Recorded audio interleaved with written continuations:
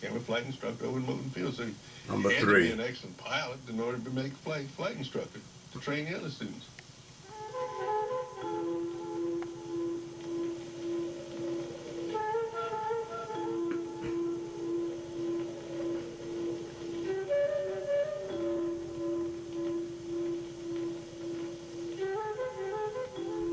This was my country. I wanted a piece of it. I had to fight for it. But I'll be damned if I was going to let some other country come in and take it over.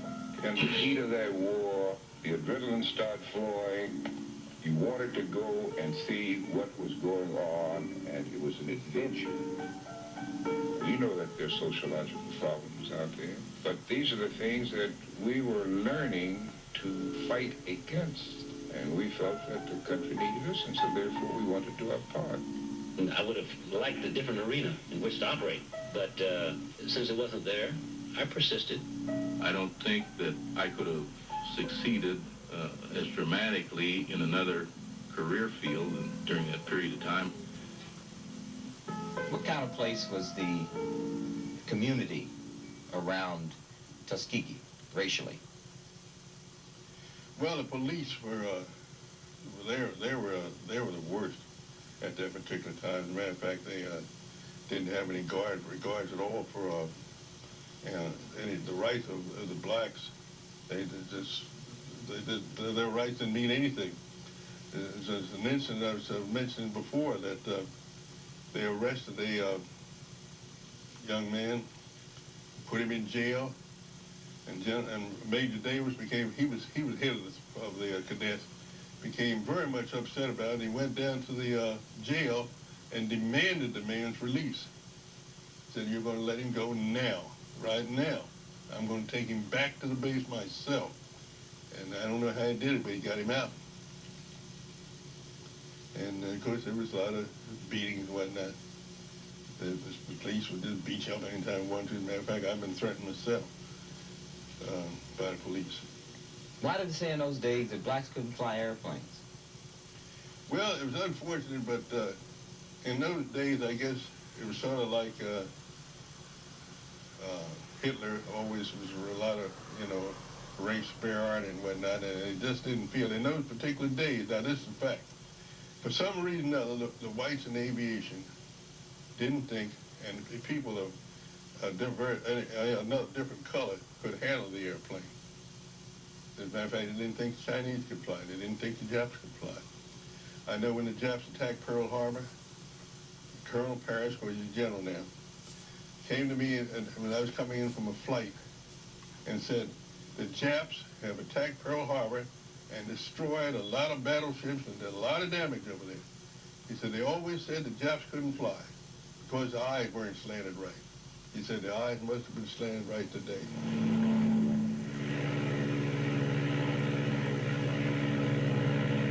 Well, my philosophy is that everybody who is learning to fly should be completely relaxed. The airplane actually flies itself. You sit there and you learn how to nudge the airplane to the right, to the left, up and down. And unless you can relax, well, you can't do that proficiently. That I sit in the airplane, just like you see me saying here, completely relaxed. And as the student continues to fly, sometimes I'll give him the idea that I'm dozing off. And then he gradually takes over, he does everything himself. And I'm just dozing. And I tell the student, when I can go sound asleep, you're ready to solo. But I have to keep one eye on you when you land, though. And that's where I have actually found a way to develop instill confidence in the student. As I said before, no one taught that in those days that blacks could fly airplanes. So occasionally, there was no radios in the airplanes like there are now, so occasionally the students would get lost. And didn't get it. So they were told when they landed someplace not to try to take off, leave the airplane there, and some way contact us, we come down and pick up the airplane. So I remember in this particular instance, the young man had landed somewhere south of Tuskegee, maybe about 10, 15 miles, maybe further than that. So when we went down to get this airplane, the farmer came out, you know, actually it was his farm, so he came out to see what we were going to do and get away with the airplane, take the airplane off. So he asked the young man, he asked him about where was he from. He said, well, I'm from, he said, Arizona. He said, I knew it. You an Indian. I know they can fly these airplanes. Why did black people accept a segregated Air Force at that time? Well, that's the only way you could get in it, because there's no other place. There was no other place that would accept blacks as trainees. There were contractors, but they did not want blacks because they didn't think the blacks could fly. They just didn't want them on their program. And truthfully, I mean, there's been a lot of controversy about it. I do believe if they had gone to some other school, whether they'd been integrated or both, all of them would have been watched out. I don't think that they permitted many of them to get through. I really don't. But they had a good chance at Tuskegee. At least had better than any other place as far as I'm concerned. That's my personal opinion. Why would they have watched out some other place? They didn't want them in there. They didn't want them in the Air Force. Because that was prestige and whatnot to be a flying officer. They said a lot of people didn't want them to be that. What was special about being a pilot? Well, you know, it's a prestige thing. I mean, as a matter of fact, if you like flying, you like to be an airline pilot, you like to be to go in the shuttle and whatnot, you know. This is prestige and glamour and what have you.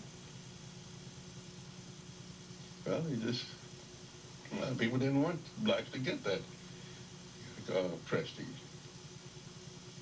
Yeah. You had to have something in you to be a fighter pilot. What do you think you had to be a fighter pilot? And firing, of course. In mock combat, the guns don't actually fire. If they did, we'd